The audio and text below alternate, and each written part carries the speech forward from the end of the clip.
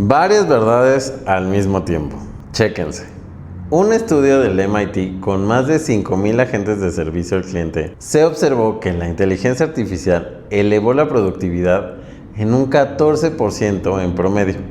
Los trabajadores con menos experiencia hasta mejoraron en 34%. Otro dato. Un working paper de una universidad de Estados Unidos analizó miles de empresas un año después de que adoptaron la inteligencia artificial. Más del 80% reportó cero impacto en empleo o productividad.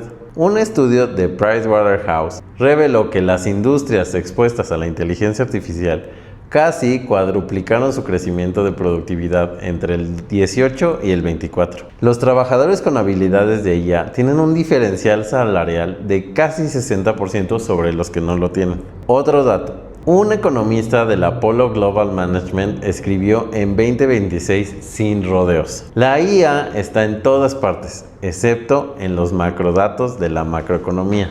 No la ves en los datos de empleo, no la ves en la productividad y no la vemos en la inflación. Dos realidades, las dos son ciertas, no se contradicen, hablan de escalas distintas. Y esa diferencia de escala es la pregunta más importante en la economía política del siglo XXI. ¿La inteligencia artificial nos hace más productivos? Sin duda.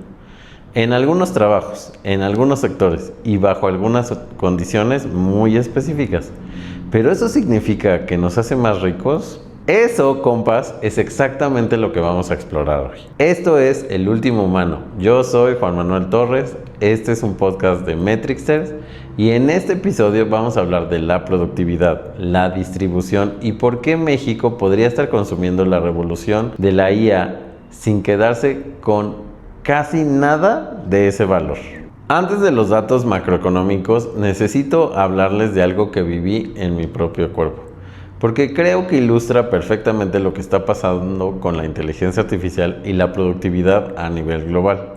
En mi macrociclo de fuerza de 12 semanas usé Claude como coach. Eso ya lo saben, porque si les gusta este podcast, seguro ya se la echaron. Le pasaba mis números cada semana: peso, grasa, músculo, lo que comía, cuánto dormía, cuánto cargaba. Todo era analizado. Cruzaba variables, me ajustaba el programa, reduje mi volumen de entrenamiento de 142 sets por semana a solo 66. La mitad del tiempo y mejores resultados. ¿Fui productivo en el gym? Absolutamente. De formas medibles. Leg press pasé de 700 libras a 770. Hip thrust de 270 a 320. Y así me podría echar los números. Pero Claude identificó que en el 54% de mis series era junk volume. Trabajo que me cansaba sin construirme. Lo eliminé. La productividad del gym casi se duplicó en eficiencia. ¿Logré el objetivo de composición corporal que me había propuesto?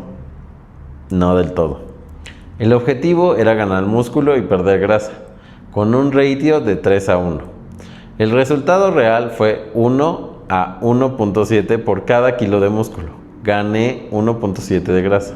La productividad subió, pero el resultado final no llegó como esperaba. ¿Por qué? Porque entre la productividad del proceso y el resultado final hay variables que la herramienta sencillamente no controla. Me enfermé varias veces del estómago. Tuve mucho estrés laboral, de repente no dormía, de repente me sentía súper cansado. Decisiones humanas que ningún modelo de inteligencia, bueno, ni Opus predice. Y aquí está la metáfora que quiero que se lleven hoy.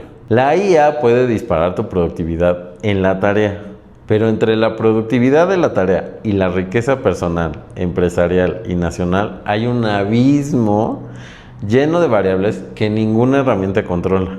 Bueno, a veces ni hasta nuestros gobernantes. Ese abismo tiene un nombre en economía. Se llama el problema de la distribución. En 1987, hace casi 4 décadas, el economista Robert Slow, premio Nobel, escribió algo que se convirtió en uno de los aforismos más citados de la historia económica. Se puede ver la era de las computadoras en todas partes, excepto en las estadísticas de la productividad empresarial. Las computadoras ya estaban en las oficinas. Los procesadores de texto habían reemplazado a todas las máquinas de escribir. El software empresarial estaba cambiando la forma de trabajar, pero los datos de la productividad agregada no lo estaban mostrando. Sencillamente Pues en ninguna gráfica aparecían. Y eso era un problema. Hoy, en 2026, tenemos 700 millones de usuarios semanales en ChatGPT. Tenemos una inversión empresarial que superó los 250 mil millones de dólares en 2024. Y tenemos Torsten Slok, el economista jefe del Apollo Global Management, uno de los gestores de activos más grandes del mundo, diciendo exactamente lo mismo que Slow hace 40 años. La inteligencia artificial está en todas partes, excepto en la macroeconomía.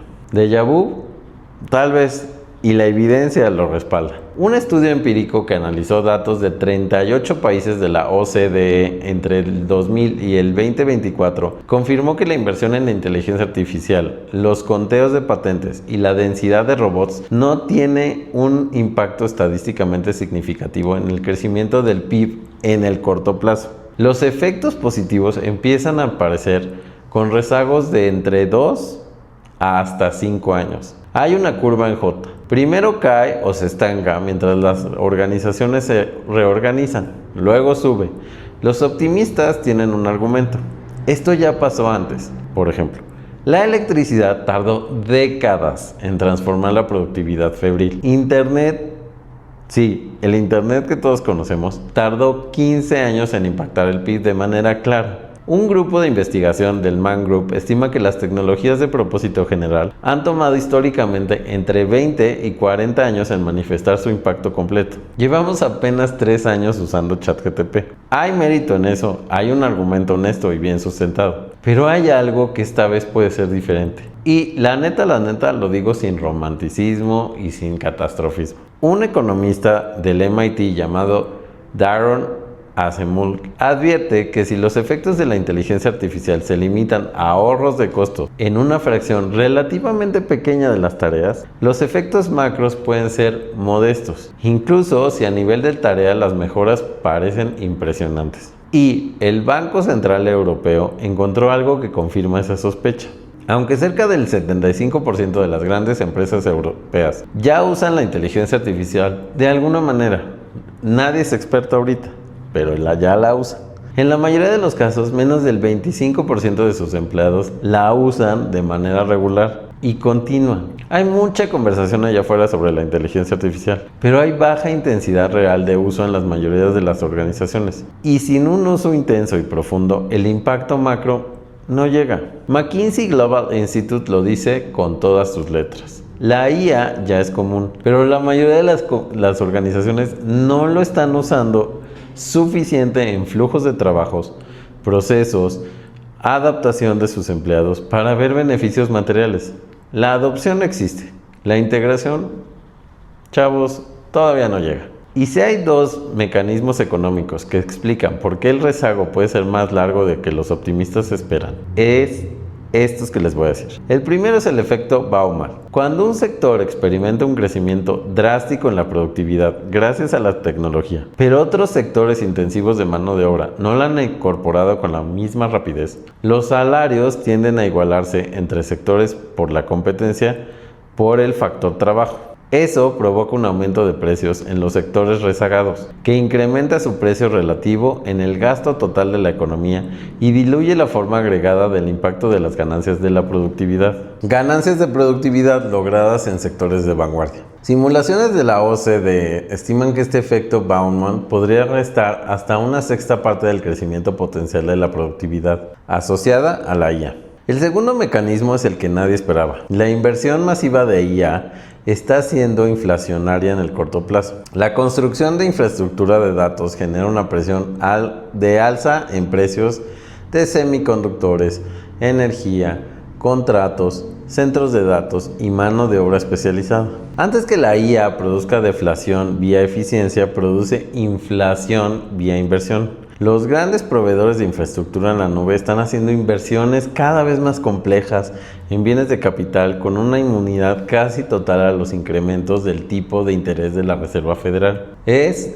como le llaman, un FOMO institucional. Y ese boom inversor se concentra en hardware, semiconductores, en infraestructura energética, sin que se traduzca simétricamente en expansión de márgenes del resto del tejido empresarial. Entonces, ¿Dónde está el valor que sí se está generando? Y ahí es donde nuestra historia se pone realmente incómoda.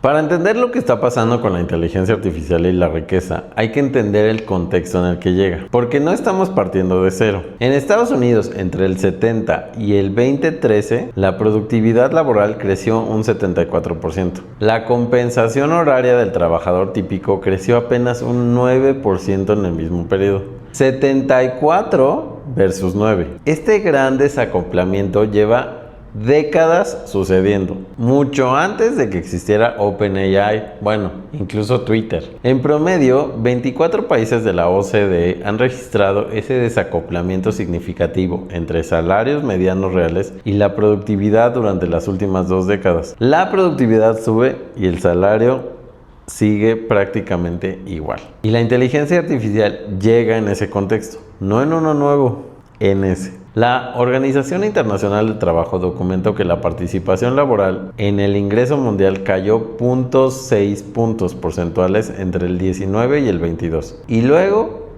se estancó, como si se hubiera mantenido a nivel del 2004. El ingreso laboral global sería 2.4 billones de dólares mayor que en 2024. La propia Organización del Trabajo advierte, los avances tecnológicos aumentan la productividad y la producción, pero los trabajadores no están compartiendo esos beneficios de manera equitativa. Entonces, ¿quién se queda con el valor?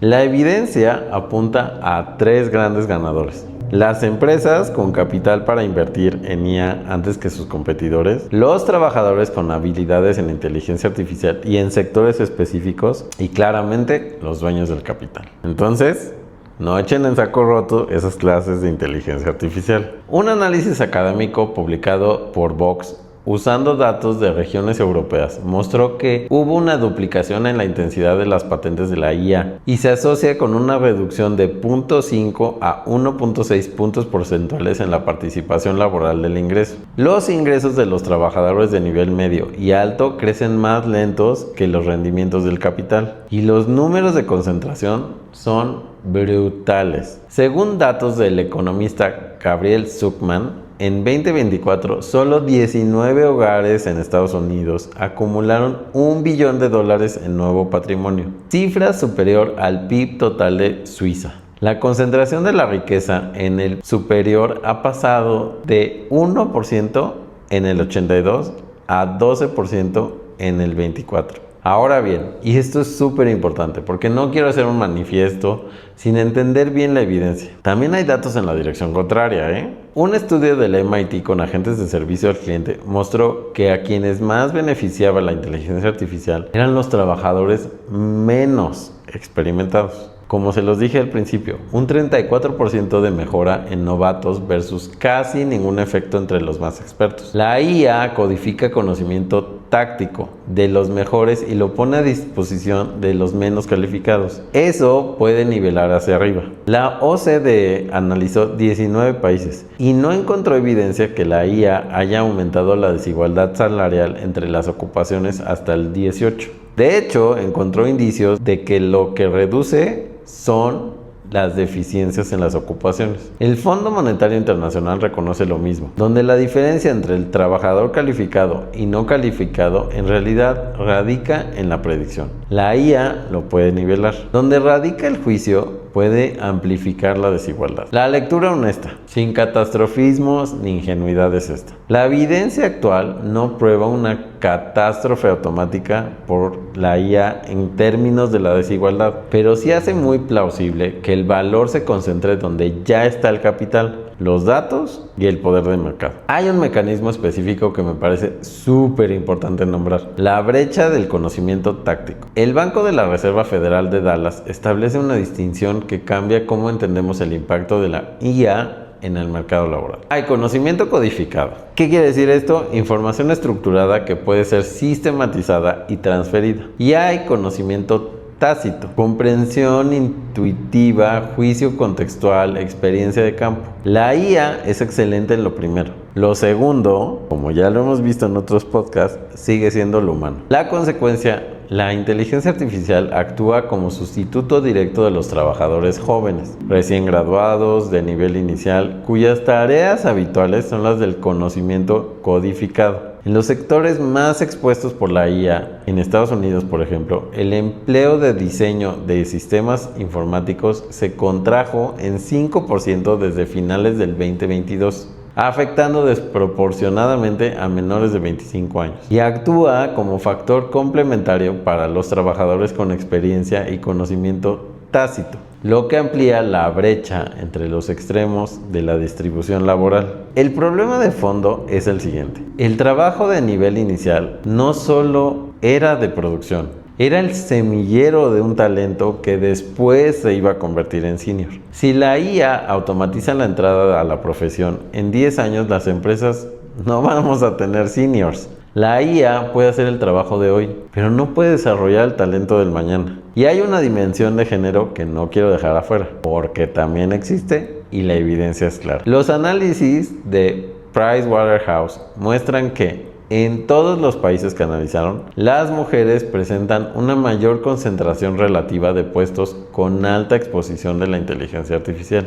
Eso incrementa la presión de reconversión de las habilidades sobre este colectivo de forma desproporcionada. No es que la inteligencia artificial sea discriminatoria per se, es que el mercado laboral ya tenía sesgos de segregación por género y pues la inteligencia artificial sencillamente los está amplificando. Además, la inteligencia artificial acelera la obsolescencia de habilidades a un ritmo del 66% más rápido en las ocupaciones de alta exposición. Los empleadores están reduciendo los requisitos de titulación formal, priorizando credenciales prácticas e inmediatas sobre títulos universitarios tradicionales. Eso puede democratizar el acceso al empleo para quienes no podrían o no pueden costearse una licenciatura, pero también puede precarizar aún más el mercado para quienes ya invirtieron años y dinero en una educación formal, que el mercado sencillamente ya no valora igual. La respuesta honesta sobre si la inteligencia artificial democratiza el mercado laboral o lo concentra es: depende de qué parte del mercado estés mirando. Para el especialista con habilidades de IA,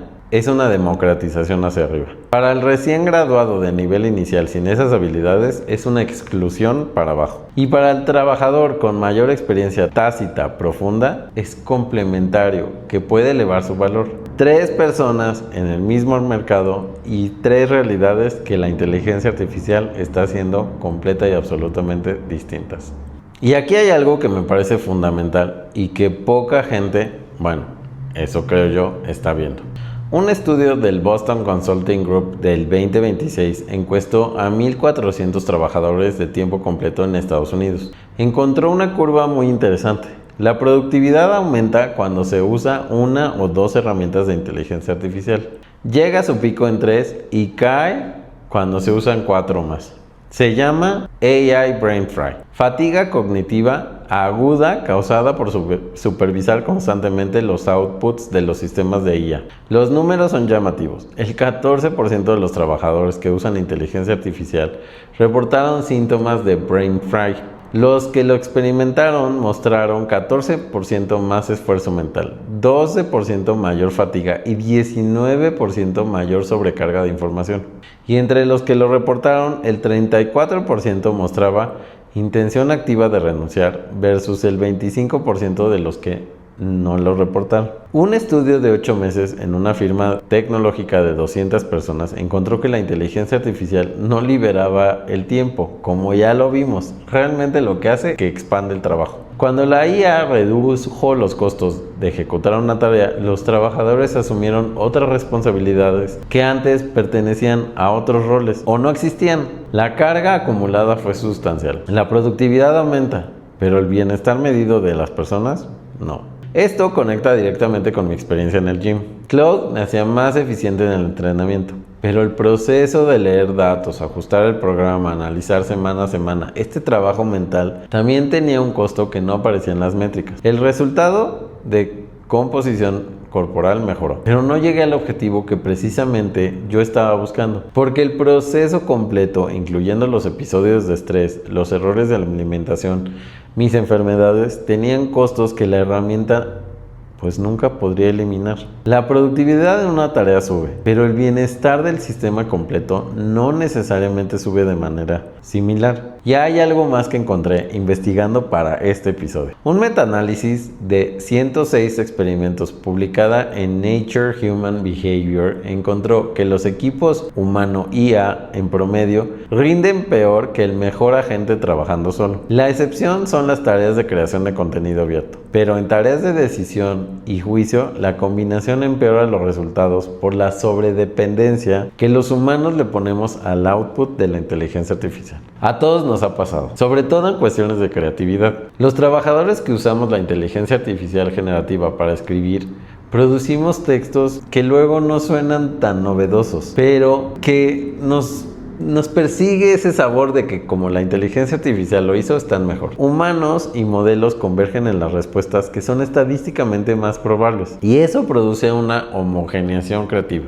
Un estudio preliminar del MIT, lo menciono con cautela porque es preprint, o sea, no ha pasado una revisión completa, mostró que usuarios de modelos de lenguaje para escribir tenían menor conectividad neuronal en frecuencias asociadas con la ideación creativa, memoria de trabajo, procesamiento semántico. El 83% de los participantes en el grupo de los LLM reportó dificultades para citar sus propios textos. Los investigadores acuñaron el término deuda cognitiva, inferir el esfuerzo mental en el corto plazo con costos acumulados en pensamiento crítico y creatividad. Aquí viene el matiz más importante. Este es un preprint, no es evidencia preestablecida, pero es una señal de alerta que merece una conversación. Lo que sí podemos decir con certeza es que la productividad medida en una tarea puede subir mientras los costos del bienestar, la creatividad y la autonomía cognitiva no aparecen en las métricas que usamos para medir nuestros propios éxitos. Y ahora el ángulo que me importa siempre más en este episodio,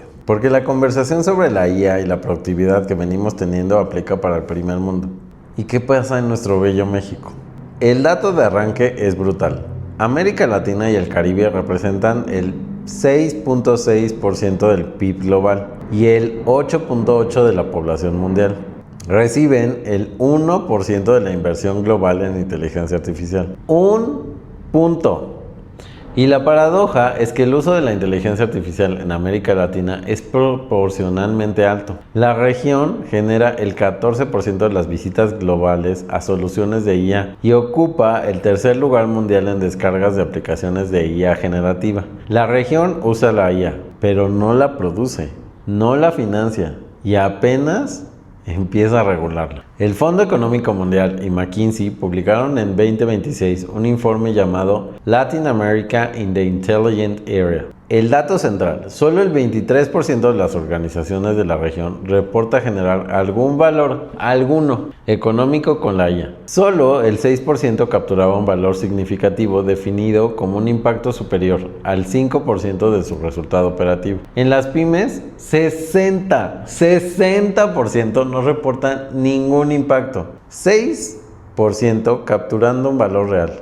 94% en algún punto está entre el no sabemos y nada. En México, el diagnóstico es más específico. Un estudio del Centro Mexicano Digital en 2026 encontró que solo el 8% de las empresas mexicanas con 10 o más empleados usan sistemas de IA, muy por debajo del promedio de la OCDE, que es del 20%. Las grandes empresas tienen adopción del 17%, las pequeñas 6%, una brecha de 2.8 veces. Pero aquí viene lo que me parece revelador y escucho en muchas conversaciones. El 67% de los empleados en México ya usa asistentes de inteligencia artificial personales para actividades laborales. 2/3, pero solo el 30% de las empresas tienen políticas claras sobre su uso. Hay un uso masivo, no estructurado, no gobernado y muy poca captura del valor. La estructura empresarial mexicana hace que esto sea aún más difícil. El INEGI reporta que el 95% de las unidades económicas del sector privado son microempresas. Representan el 40% del empleo, pero solo el 17% de los ingresos totales. Solo el 6.5% de las unidades económicas compra por internet. Solo el 5% vende por internet. La tasa de informalidad laboral En el tercer trimestre del 2025, 55%. Buena parte de la economía mexicana no ha terminado de integrar aún herramientas digitales básicas. La promesa de riqueza distribuida por la IA choca contra una base productiva fragmentada, microempresarial e informal. Y la fractura entre el corporativo y las pymes es severa. Las micros, pequeñas y medianas empresas representan el 97% de las empresas registradas y sostienen el 72% del empleo nacional. Pero solo el 12% de las organizaciones en México reporta haber capturado un impacto positivo en sus ganancias gracias a la IA. Y cuando lo desagregan por tamaño, los grandes corporativos con ingresos superiores a los $1,000 millones logran una tasa de éxito del 57%. Las pymes, por otro lado, con ingresos inferiores a 100 millones, un impacto nulo o desconocen los retornos de sus iniciativas. El banco del Dallas Fed identificó otro problema crítico. El 47% de las pymes mexicanas administra sus procesos de manera manual.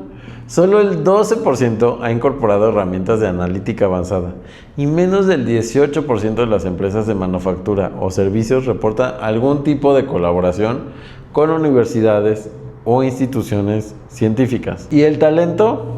Esa debería ser nuestra única esperanza. México tiene un activo muy importante. Genera más de 150,000 egresados de ingeniería cada año. El nearshoring ha acelerado esta oportunidad en 2025. Las inversiones de relocalización hacia México crecieron en más o menos 40%, alcanzando $21.2 millones. Vista Equity Partners trasladó hasta el 80% de sus empleados de algunas compañías de Estados Unidos, pero el gasto en IA fue de apenas 0.28% del PIB en 2021. El promedio de la OCDE es de 2.7%. Y la CEPAL identifica que las emigraciones de especialistas es una de las brechas estructurales más críticas de la región. No tenemos el dato preciso de cuántos especialistas de IA mexicanos migraron anualmente. Esa cifra existe cualitativamente, pero no la encontré verificando información. Pero la tendencia es de la divergencia, no de la convergencia. Hay movimientos en la dirección correcta. El gobierno presentó una supercomputadora pública proyectada para ampliar las capacidades de cómputo IA. A nivel regional, CENIA lanzó la TAM GTP, un modelo abierto construido con datos e identidad latinoamericana. Son señales de dirección, pero la verdad no son pruebas de transformación. Y hay un tema que me parece urgente y que bueno, por lo menos yo nunca lo he escuchado en la conversación pública. El costo de la fuga del talento. Educar a un ciudadano desde preescolar hasta universidad representa una inversión promedio de $70,000 para la familia y el erario público. Cuando un especialista altamente calificado migra para integrarse al mercado laboral de otro país industrializado, la economía receptora se apropia directamente de ese capital humano, terminando sin haber pagado por su formación. Y ese flujo tiene una dinámica económica diferente a la migración de mano de obra tradicional. El especialista tecnológico tiende a establecer migración por cadena familiar. ¿Qué quiere decir esto? Pues que te vas con toda tu familia. Eso erosiona el flujo transgeneracional de remesas hacia México, porque el emisor devuelve progresivamente sus vínculos económicos locales a medida que consolida su arraigo patrimonial en el extranjero. ¿Qué quiere decir esto? No hay remesas. El especialista se queda en el extranjero y ahí hace su vida. El resultado, México paga la formación, el talento se va a otro país, captura el retorno productivo y las remesas que venían de ese talento desaparecen. La CEPAL propone 4 ejes estratégicos para revertir esta trayectoria. Inversión masiva en capacitación y reciclaje profesional que priorice habilidades digitales aplicadas. Reducción acelerada de las brechas digitales con acceso a la conectividad para MIPYMES. Diseño de incentivos fiscales específicos que faciliten la transición digital de las pymes. Y un fortalecimiento institucional de los sectores gubernamentales con herramientas analíticas para monitorear el impacto de la automatización en las empresas. Lo que estas 4 líneas de política tienen en común es que todas requieren decisión pública activa. La IA no va a distribuir sola. El mercado no se corrige solo. La pregunta de si queremos que México capture el valor de su propio talento tecnológico es fundamentalmente una pregunta política, no tecnológica. La formulación más honesta sobre México en 2026 es que tiene una masa crítica humana, pero no el ecosistema completo para poder convertir ese poder productivo sostenido en IA. Está cada vez más cerca de ser un consumidor avanzado con activos para dar el salto de lo que puede ser un creador sistemático de tecnología en una gran frontera. En enero de 2024, el Fondo Monetario Internacional publicó un análisis que es uno de los más directos que he leído sobre este tema. Sus conclusiones: casi el 40% del empleo global está expuesto a la inteligencia artificial. En economías avanzadas, el 60% de los empleos pueden ser impactados. En los emergentes, 40%. Si la IA complementa principalmente a los trabajadores de altos ingresos, el resultado probable de ese aumento desproporcionado en sus ingresos y podría producir un empeoramiento de la desigualdad.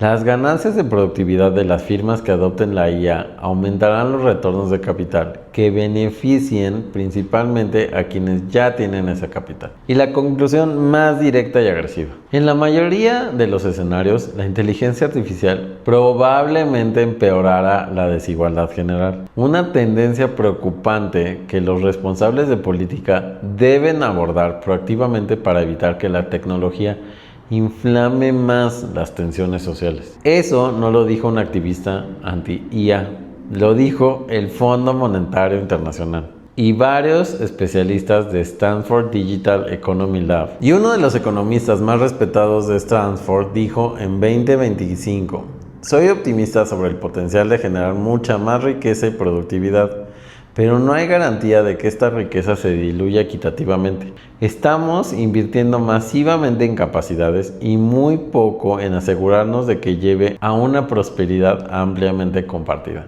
Tampoco lo dijo un hater de la IA, lo dijo alguien de Stanford. No es pesimismo, es la descripción honesta de un problema de diseño. La UCTA lo cierra con el dato de concentración global. 100 empresas concentran más del 40% del gasto privado mundial en investigación y desarrollo de tecnologías de frontera. Los países en desarrollo siguen rezagados en infraestructura, datos, capacidades y gobernanza. Para América Latina, el Centro de Desarrollo Global sintetiza el riesgo en 3 mecanismos. La IA refuerza la dominancia de economías avanzadas en sectores de alto valor. La brecha de infraestructura y talento posiciona mejor a los países ricos para capturar los beneficios. Y la concentración geográfica del talento en pocas ciudades o en pocos países margina a economías más pequeñas. El riesgo no es el desempleo masivo por los robots, es quedar atrapados como consumidores de tecnología ajena sin construir capacidades locales, con dependencia 100% tecnológica y creciente en otros mercados, sin capturar el valor que nuestros propios ingenieros estarían generando dentro de otros países. Voy a terminar con algo que aprendí. Y sí, siempre vuelvo a mi macrociclo, porque creo que todo aplica perfecto. En la semana 12, la última semana del proceso, me senté con Claude a hacer el análisis final. Los resultados fueron: no llegué al objetivo de ratio de composición corporal, pero sí rompí récords en todas las cargas. Soy más fuerte que nunca. El proceso de investigar, documentar y ajustar semanalmente me enseñó más sobre mi cuerpo en 12 semanas que 5 años de entrenamiento anteriores. Y ni hablemos de cuando no era un entrenamiento consciente. ¿Fue éxito o fue fracaso? Depende de qué midas. La productividad del proceso explotó. La herramienta funcionó perfecto, pero entre que la herramienta funciona y que el resultado era lo que yo quería, hay un abismo de variables. Mi biología, mis decisiones, mi estrés, mis errores, mis limitaciones, mi naturaleza humana, mi acceso, la información que tengo, muchas cosas. Y eso es exactamente donde está la economía con la inteligencia artificial hoy. La herramienta es una chulada, funciona. en tareas específicas, en sectores específicos, para trabajadores con acceso a ellas, la productividad sube de formas medibles. Eso es real y lo reconocemos. Lo vemos todos los días en la chamba. Pero entre que la herramienta funciona y que el resultado de una economía más rica, equitativa y próspera, hay un abismo de variables. Quien tiene el capital para invertir, quien tiene los datos, quien retiene el talento, quien gobernó la economía, quien diseñó políticas públicas que distribuyeron mejor el valor. La respuesta a la pregunta de si la inteligencia artificial va a democratizar o concentrar la riqueza no es tecnológica, es política, es industrial, es institucional y sobre todo es de decisión pública. Para México, la pregunta más urgente no es si la IA funciona, es: ¿tenemos una estrategia? ¿Tenemos inversión? ¿Las políticas públicas sirven?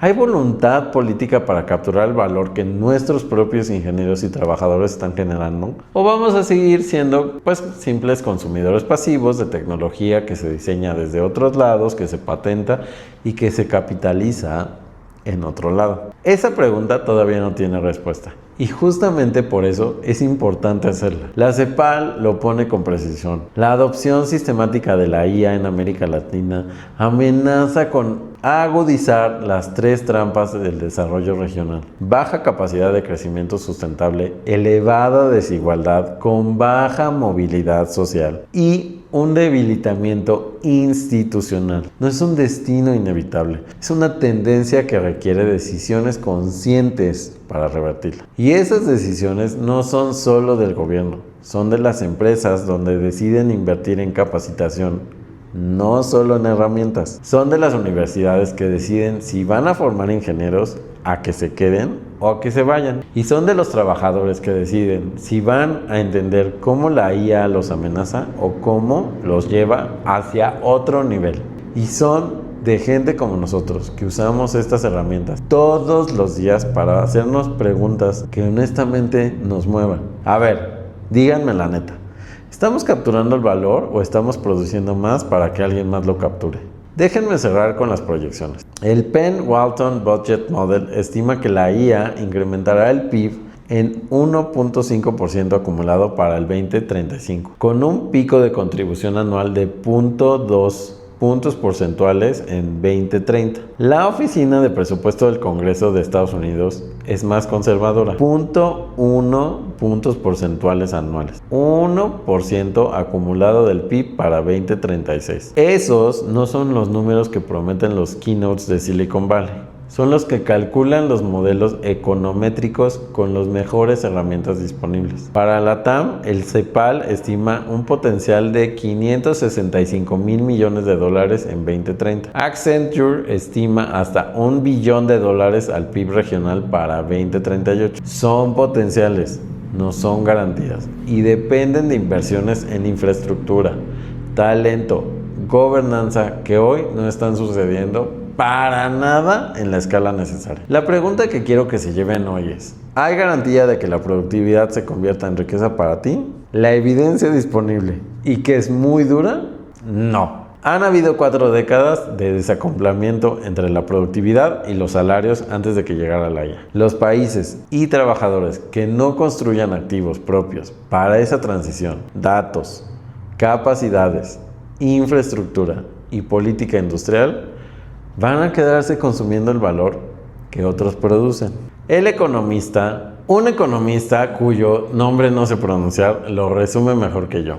Soy optimista sobre el potencial de generar mucha más riqueza y productividad, pero no hay garantía de que la riqueza se distribuya equitativamente. Estamos invirtiendo masivamente en capacidades y muy poco en asegurarnos de que se lleve a una prosperidad compartida.